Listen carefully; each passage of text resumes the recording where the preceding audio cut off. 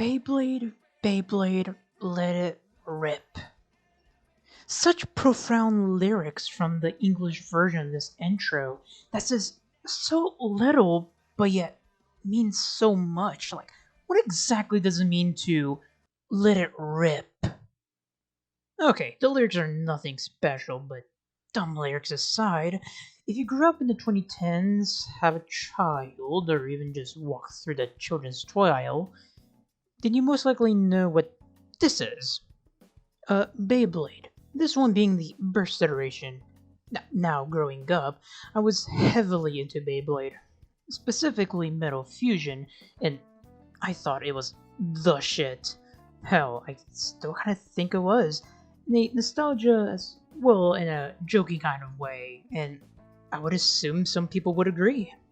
But I would remember in high school, and even sort of recently, Beyblade would rarely be brought up, and we just go down memory lane and show off our collection over the years. I would get reminded of how much I liked Beyblade as a kid, so I thought for this video to why not look back in the past and dive a bit deep into my favorite Japanese spin tops, Beyblade Metal Fusion, and see how it stands compared to the new iteration, Beyblade Burst. So basically I'm just going to be talking about some Japanese children's toy for a couple of minutes. Hey, future editing me here, just letting you know that I'm using a different mic, and I thought I'd just let you know. And you'll be hearing that for a bit in the first few minutes in the video, or just a few bits in the beginning. But I should mention as well that this isn't going to be a huge deep dive into the series, just some surface level stuff that I remember. Again, this is just going to be me going down memory lane, but yeah, hope you enjoy and smash that like and subscribe button. Yeah, it'll really help out the channel. But anyways, onto the video.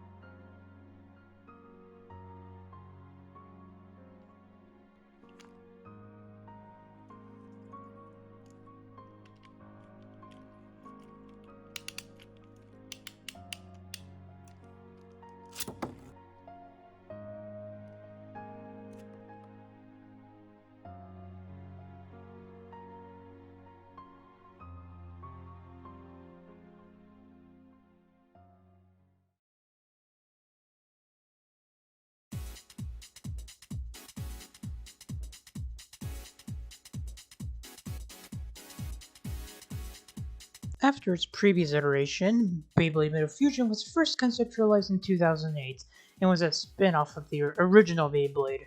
Starting as a manga that was serialized in Koro magazine, which, for those who aren't familiar, is basically a children's manga magazine. The manga was written by Takafumi Adachi, and a year later it would get its own anime adaptation in 2009. In the West, however, that wouldn't be the case.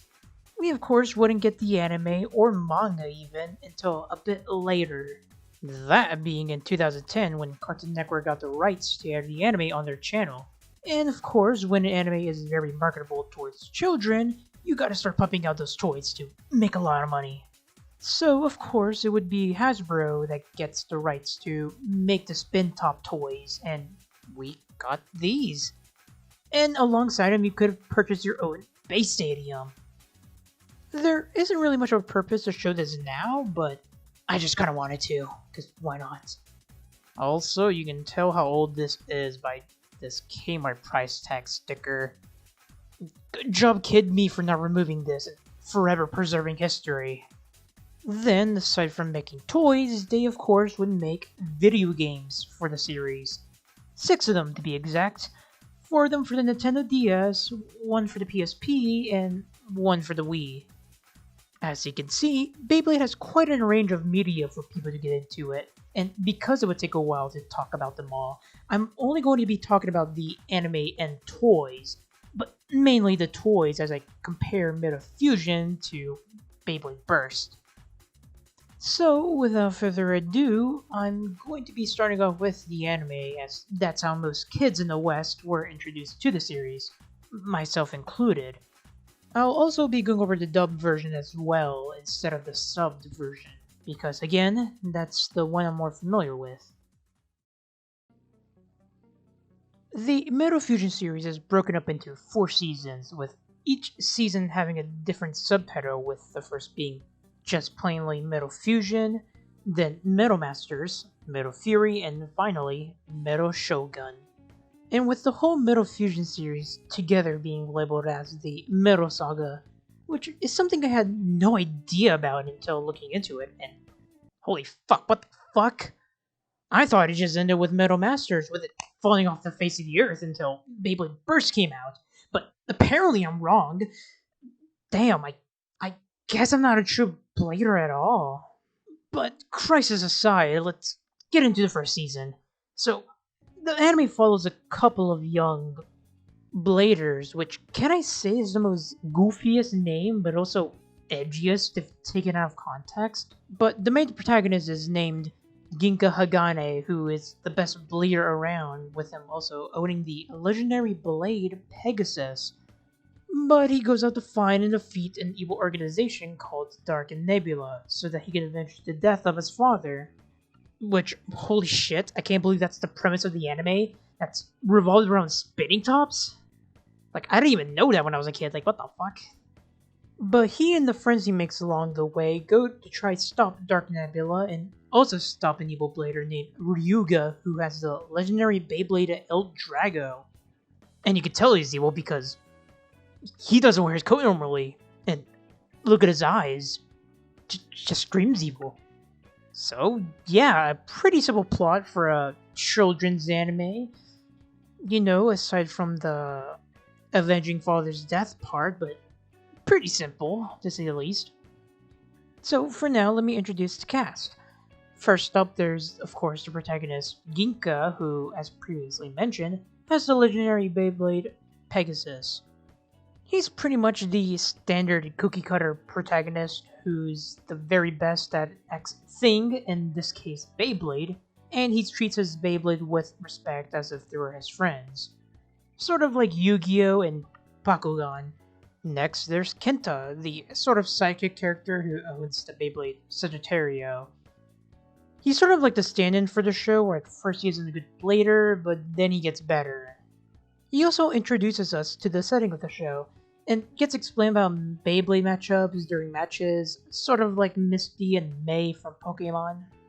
Then there's Benkei, who used to be a part of a bad Beyblade gang, which is kind of weird to say out loud, but will later become the good, friendly idiot of the group with his Beyblade Dark Bull. Again, he's supposed to be the big, friendly, and brotherly type of guy.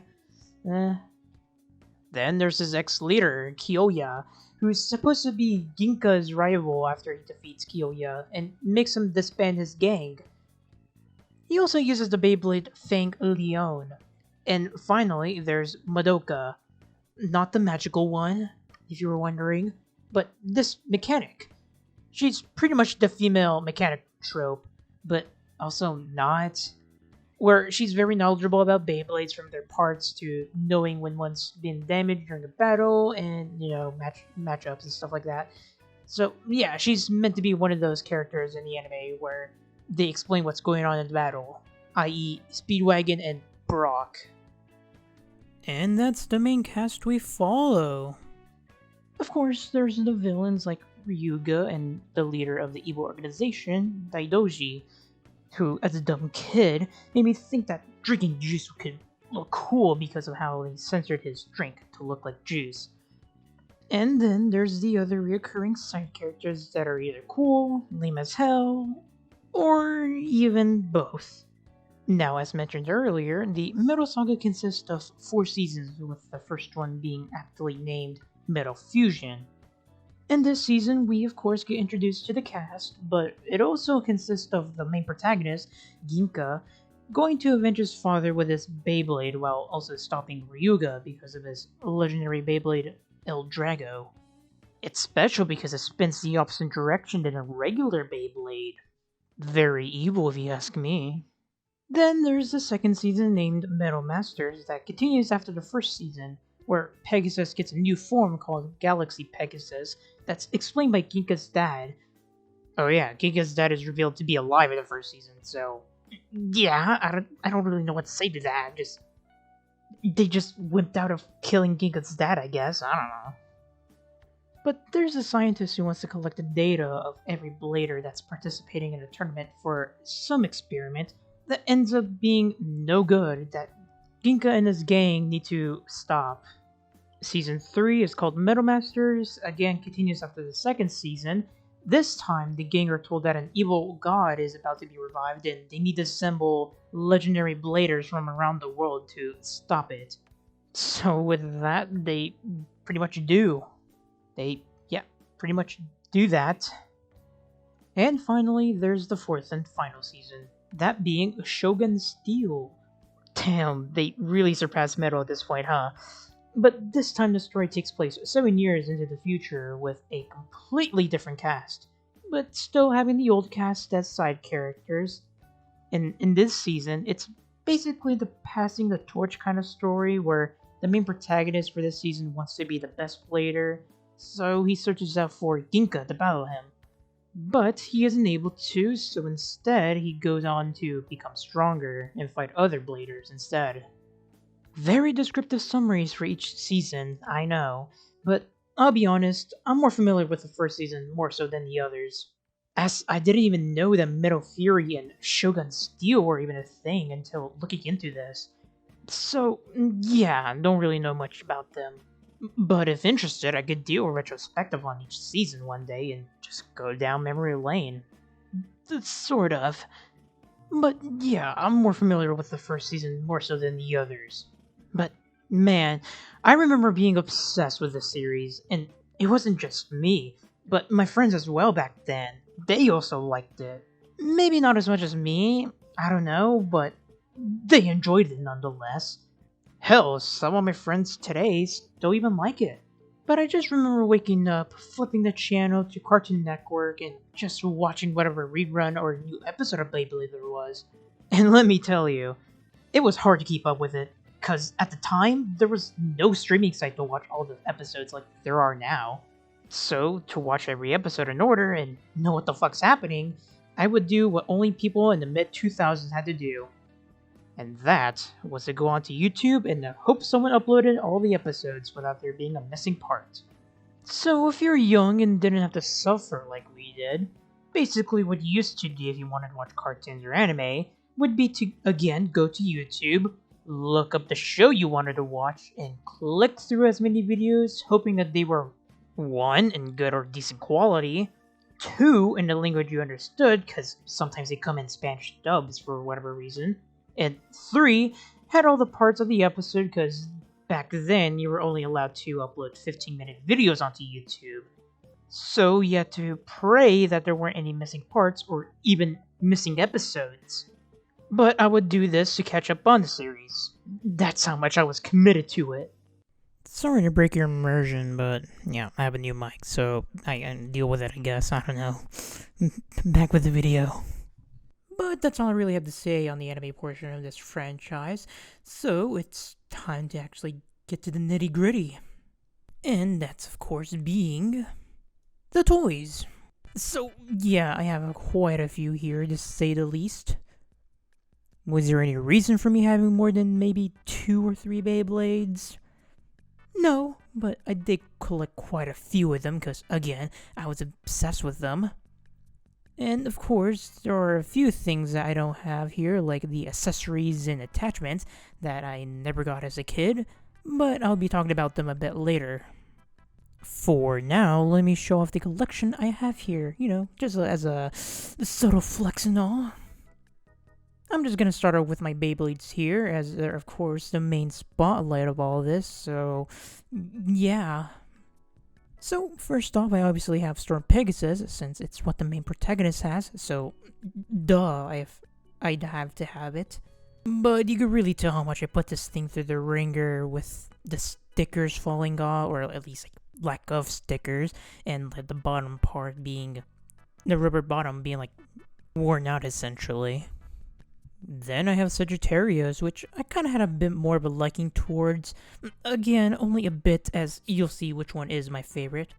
But like in the anime, it does have its flaps or whatever on the bottom, but obviously they don't do anything and are just there for aesthetic purposes.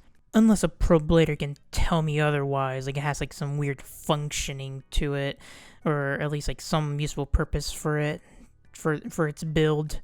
But I'm pretty sure it's just there for aesthetic purposes and nothing else. But I would legitimately be intrigued if there was. But I doubt it. Next is Dark Bowl, which, you know, it exists. But yeah, I have the main three protagonists as Beyblades and some alt versions that were made, which I think were toy exclusives and did not make an appearance in the anime. Someone would have to fact check me on that, because I'm not really sure, nor do I completely remember the anime, so yeah. Though I do have another main character's Beyblade that shows up in the second season, Metal Masters, that being Masamune's Rei Unicorno. Which is, you know, cool, and I think it's better than Pegasus, not in terms of coolness, since it kind of looks the same, but just, you know, slightly better, but more in terms of usefulness. At least in my experience when using it as a kid. But again, a pro has to probably fact check me on that or tell me otherwise. But aside from those, I do have some of the other characters' Beyblades. I might be missing a handful of them, but I know one of them I gave to a friend because he lost his. Though these don't compare to the one that I really like and think is the best one. Come on, you know I'm right. El Drago. This is a Beyblade that you'd have to have if you were into the Metal Fusion scene. I mean, it's the main villain's Beyblade, and it spins to the left instead of the right. Like, holy shit, that's badass. How could you not want one? But yeah, that's his whole shtick, that it spins to the left, because it's so quirky and different. And I think it's also the smallest one than the rest of them. Well, at least compared to the ones I have, it kind of seems that way. But I love it and think it's pretty cool. And to those of you who say otherwise, well, you're dumb and stupid and wrong, obviously. That's just fact. Now, that's just the Beyblade side of things, so let's get to the accessories that you could have gotten to make your Beyblading experience a whole lot better and cooler. I would save this for last, but let's just get out of the way and talk about it. The Bay Stadium. This was something that you kinda needed to have if you wanted to properly use your Beyblades and use them to go against your friends. Of course, there were other ways to do that, but they're not as practical as using one of these babies. I mean, come on, you really think my Pegasus got like this from using it on a stadium? Hell no, I would use it on the fucking concrete and floor of my home, or even elsewhere, when I didn't have my stadium. And that's what we call improper care of your Beyblades. But of course, this wasn't the only version of the stadium you could have gotten. There were many more, and some with different designs that were either dumb, practical, or just okay, mid-even. But before I move on, I wanted to mention that the stadium I have is the one of two legal stadiums to use in a tournament setting, as you can see in this 2012 championship video. So get out of here with all these fucking shitty hazard stages, and pick either Final Destination or Battlefield. Jesus, I can't believe I made a fucking Smash reference here. So, with that out of the way, let's actually get to the accessories that you could have gotten, starting with the grip launcher. Oh boy, where do I begin? So, as I'm sure you all know, whenever you buy a Beyblade, you get a basic launcher to start off with. But if you wanted to be cooler than most kids, then you would get one of these bad boys. No longer did you have to awkwardly hold the basic launcher, instead you could have a better grip and look cool at the same time. Oh, and the bottom of it could be taken off to take apart your Beyblade to switch parts. So that's useful if you're someone who experimented with other parts. But you might have noticed that there seems to be other things that you could possibly attach to it, and you'd be right, because you could also add a rubber grip. Pretty cool, right? In all seriousness, however, you can add some other attachments like the Bay Pointer. Now, I never owned this, but when I was a kid, I really wanted it, even though it's kind of impractical. But what does it do? Well, it's similar as it is on the show, where it keeps track of your points/rank. You can use it to connect with an opponent's Bay Pointer and add or lose points depending on who wins or loses, which I think is pretty cool. That way you can compete with your friends as to who's the best and possibly use it against other kids with Beyblades. But again, I sadly never owned one of these, nor did I know anyone with it, so I don't really know how popular this item was. The other thing that you could have attached to your grip was an angle compass. Now, stick with me here. In the anime, there was this character who had one of these, and with it, he was able to do some trick shots to help secure his victories, and to possibly add it to his montage. Because of this, they of course had to make one. Now, obviously, you can't launch it like in the anime, but it does help with getting the angle gesture right to help your Beyblade not lose any power. At least that's what the description says. I don't know how useful this thing actually is. I feel like it's just one of those taglines that they just put in to sell these. But hey, what do I know? I've never owned one of these before. Now, before I move on to the next topic, I also want to mention the different launchers that you could have gotten. That being the string launcher. Instead of having the plastic string version where you have to reinsert it to wind up your bay over and over again, the string version is retractable. So after you launch your Beyblade, it retracts back without a hassle. Another thing that I've always wanted but never had. I'm sure there are some other accessories you could have gotten as well, but these are the main ones that, 1, I remember, and 2, think are actually kind of nice to have. But that's pretty much all I have to say about the Metal series. Actually, there is one more thing that I'd like to mention, and that's the ads that they play. For some reasons, they made the ads go really hard, like if playing Beyblade was some sort of underground hood shit where you'd get into street fights, but with Beyblades? They also doubled down on it with making rap songs for them. It was fucking nuts. But hey, I guess it worked if it managed to get a lot of kids to buy them, myself included. But needless to say that these ads are really a product of its age. Okay, that's all I have to say now. Growing up with it was such a cool and fun experience. Being in a friend group that liked Beyblade and sometimes dueling with each other was just a fun pastime. Sure, it was lame that they didn't make sparks when they hit each other, and that it was completely somewhat random. Though there was one instance where it did actually happen to me once, but other than that, I still think the Metal series is cool, in a nostalgic sort of way. Alright, enough with the nostalgia and reminiscing. Let's get on to the new generation now.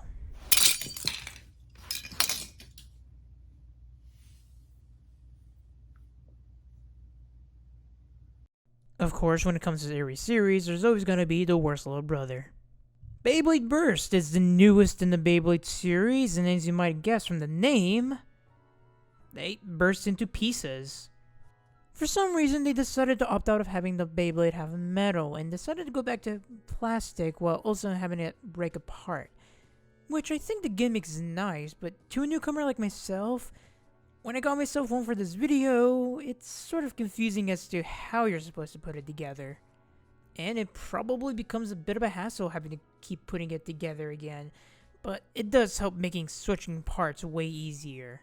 Because as I sort of mentioned in the Metal series, you needed this tool to disassemble your Beyblade, and the tool is something that you can possibly lose, making it unfortunate if you switch parts and wanted to switch it back to how it originally was. So yeah, I kinda like the new burst gimmick. Now, there's another thing that I should mention.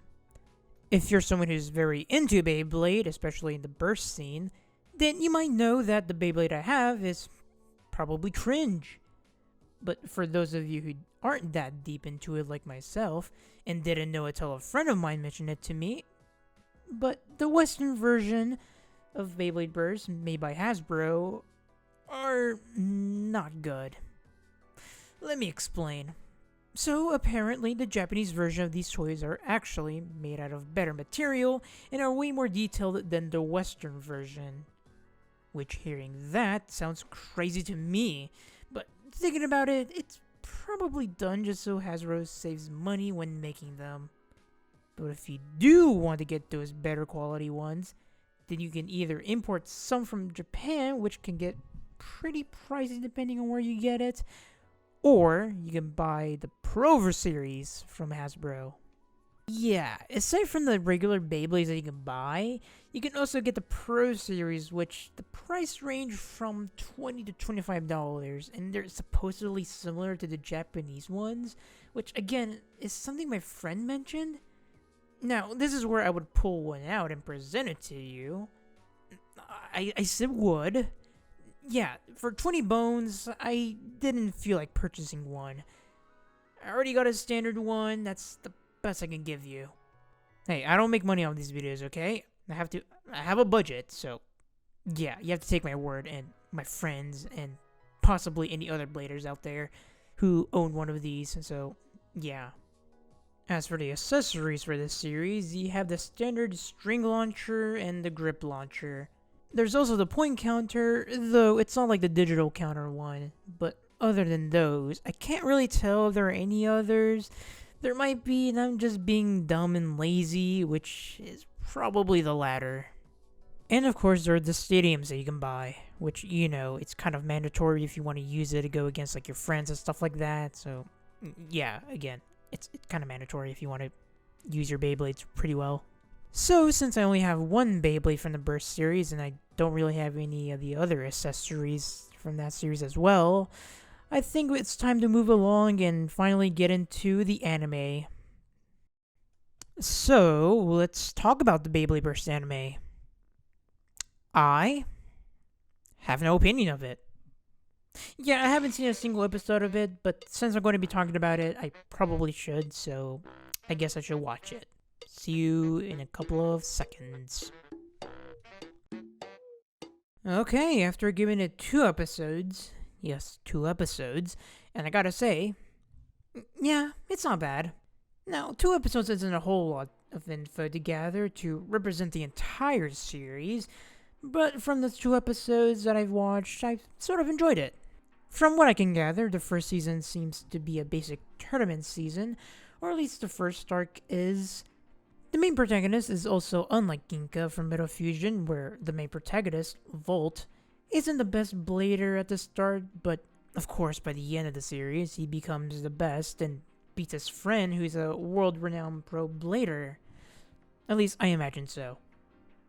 I'd like to also as well mention that the burst gimmick works really well in the anime as a way to make battles way more tense. Because the rules for official battles in the anime is that to win, you have to get 2 points. You get 1 point for either knocking your opponent's Beyblade out or until their Beyblade stops spinning. Or you can get 2 points that guarantees victory by making your opponent's Beyblade burst. Sort of adds that feeling to your backs against the wall if you're down by 1 point, and again adds the tension in the anime. Other than that, I don't know what else transpires in the first season or even the others, but I did enjoy what I watched. Also, similar to the Metal Saga, the Burst anime also has 4 seasons, though I don't know if they're going to have any more seasons or if they're done with the Burst series, but yeah, it's definitely something that I could see myself watching as a kid, and even now if I was really into Beyblade. You know, I came into Beyblade Burst getting ready to dislike it because it's not Metal Fusion and because it's the new kid in the block, but I was proven wrong and have no ill will towards it. But not disliking something is pretty lame. And if I want to survive in this world, then I have to hate it, so fuck you, Beyblade Burst. Yeah, that'll show you. Yeah, I don't know. Actually, yeah, it's not as good as Metal Fusion. Does Beyblade Burst have a scene where Moses parts the Red Sea with a fucking Beyblade and have it as official lore? I don't fucking think so. So, yeah, fucking Metal Fusion is far superior. But that's all I really have to say about these two series. Again, since I mainly grew up with Metal Fusion, I had more of an attachment towards it than Beyblade Burst, which is why I talked way more about it than, yeah, again, Burst. But I could still see its charms, and if I did decide to continue watching the anime, I could probably get some enjoyment out of it, in a dumb sort of way. And to mention again, this video wasn't really meant to be much of a deep dive, but more so of just surface level stuff, and just, again, going down memory lane and all that. So, what was the main takeaway from this video? Well, just go and enjoy what you like, you fucking asshole. I'm gonna go and watch some fucking VTubers. Enjoy the rest of your day.